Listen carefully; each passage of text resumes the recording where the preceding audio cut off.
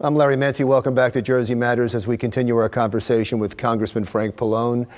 Let's talk about Hurricane Sandy. We have a guest coming up in the show who's been doing a series of reports on people who are losing their homes to foreclosure. They lost it to Sandy originally, and then they hoped it was going to be rebuilt, but they can't afford to pay both the mortgage and temporary housing at the same time. Is there no relief for them?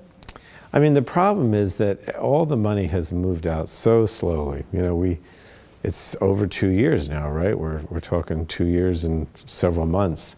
And when we passed the Sandy relief package, which, as you know, that was not easy to do either. It took much longer than it was supposed to. There were 3 series of fundings, or tranches, I guess that they call, that were supposed to get out, and they just announced the third one within the last week or so.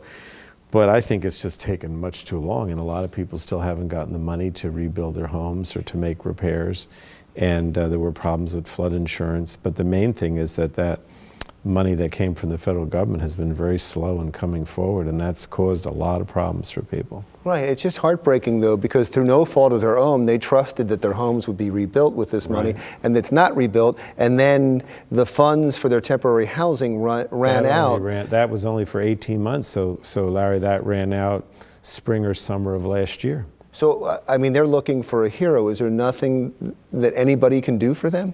Well, I think that the most important thing right now is to try to get these federal dollars out, you know, to repair their homes or to raise or elevate their homes out as quickly as possible. And you know, the third round was just announced, and we just keep putting pressure. You know, I don't want to just blame the state. I mean, the program, the federal dollars are administered by the state, and we're just pushing the state to do a better job of getting the money out. That's a long-term solution for them. They're being threatened to lose their homes right now. Yeah. Is there a short-term? Is there a way they can get money now? Well, I mean, there's no more money for temporary housing. That expired, like, you know, 6 months or more.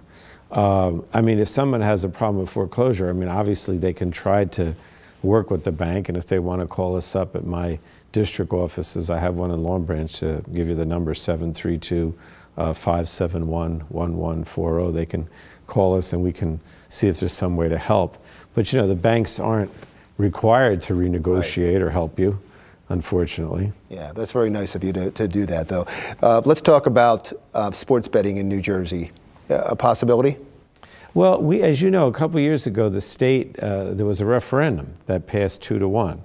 And the problem was that the federal government, a few years ago, I think maybe 10 years or more, allowed states to opt into sports betting, including New Jersey, but we didn't at the time. The legislature or the governor didn't want to do it. I think Whitman was the governor at the time, so we're going back a few years.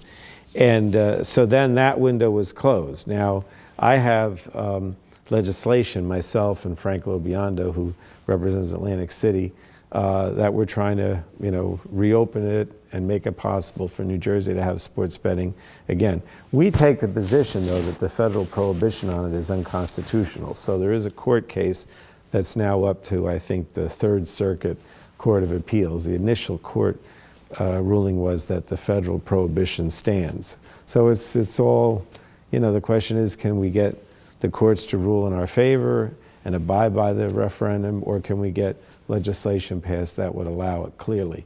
And so it's sort of up in the air at this point. But I think the sports betting would help Atlantic City.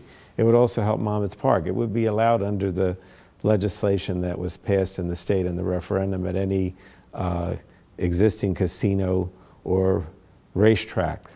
I think it's limited to that. Do you have to wait now for it to make its way through the courts, or can you just push through legislation at this point? Well, we can, but we've got to get support. And as you can imagine, you know, anytime you deal with gambling, you've got the Las Vegas interests who, you know, want to have a monopoly on everything. Because sports betting is allowed in Las Vegas, I think Delaware, and maybe a couple of the states. So the Nevada is not necessarily interested in having New Jersey or other states have sports betting, because they have a kind of a monopoly on it. Congressman, thank you so much for coming in. I really appreciate it. Please come back. We'd love to talk to you again. Coming up, I told you that there is a reporter that's been covering Sandy stories, and he's going to talk more about this foreclosure problem when Jersey Matters continues.